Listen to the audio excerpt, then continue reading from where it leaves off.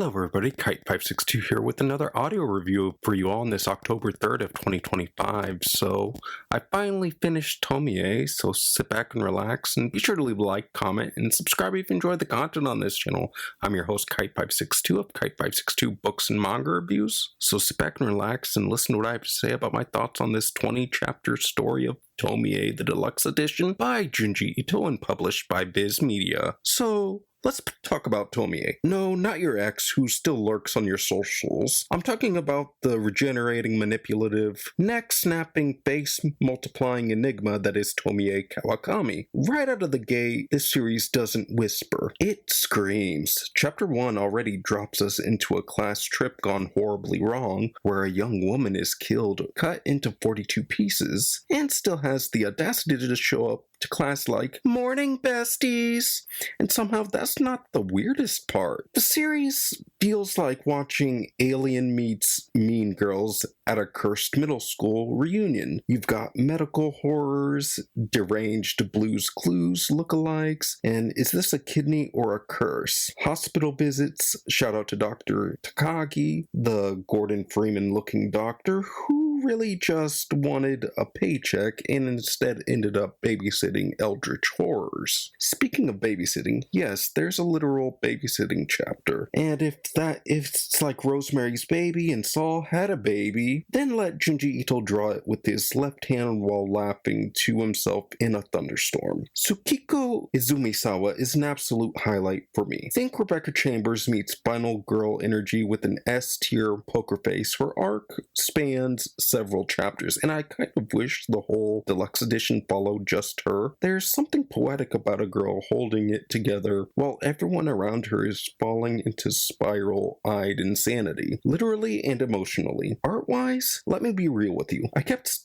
stopping to admire the pages like I was at a cursed gallery. There were moments I found myself muttering, "Damn, she's horrifying and well-shaded." I mean, page 179? That panel was rent-free in my brain, and it's probably charging me rent as we speak. Tomie herself, she's not a succubus, no. She's not your average ghost or demon either. She's more like if every man's worst impulse was given a body, heels, and immortality. Some might call her a metaphor for beauty standards, others a black magic Barbie gone rogue. I personally think she's just what happens when you mix resentment, desire, and Junji Ito's sleep paralysis demons into one fashionable corpse. Now, let's not pretend this whole thing isn't serious. This deluxe edition is packed with moments that hit horror highs and unintentional comedy gold here. There's one scene where I swear a character looks like Weevil Underwood from Yu-Gi-Oh! If he was 3 days into a mental breakdown and cosplaying as a hitman. And don't even get me started on the panel where Tomie looks like she was drawn on a potato. That's an absolute chef's kiss, Mr. Ito. You know what you were doing there. Also, the parallels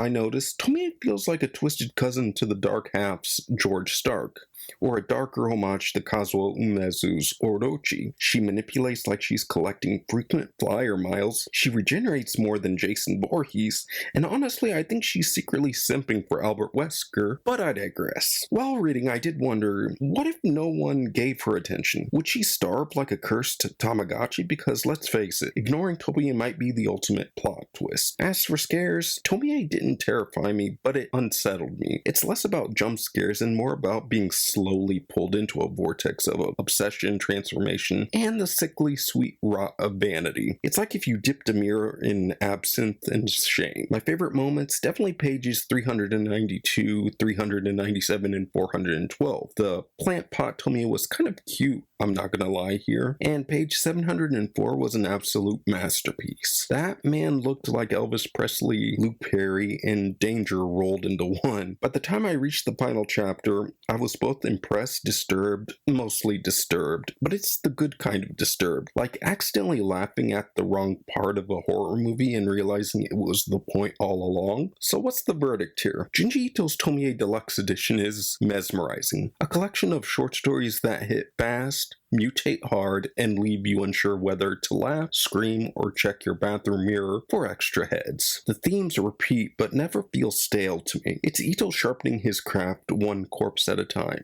So my final score for the Tomie Deluxe Edition is a 9 8.2 out of 10. Now, if you'll excuse me, I need to move this book off my dresser before it starts whispering to me at 3 a.m. or worse, tries to sweet talk David Tennant, because I sure as hell do not want that to happen in any way, shape, or form. So with that said, I hope you have a wonderful evening on this October 3rd. Happy Halloween, everyone.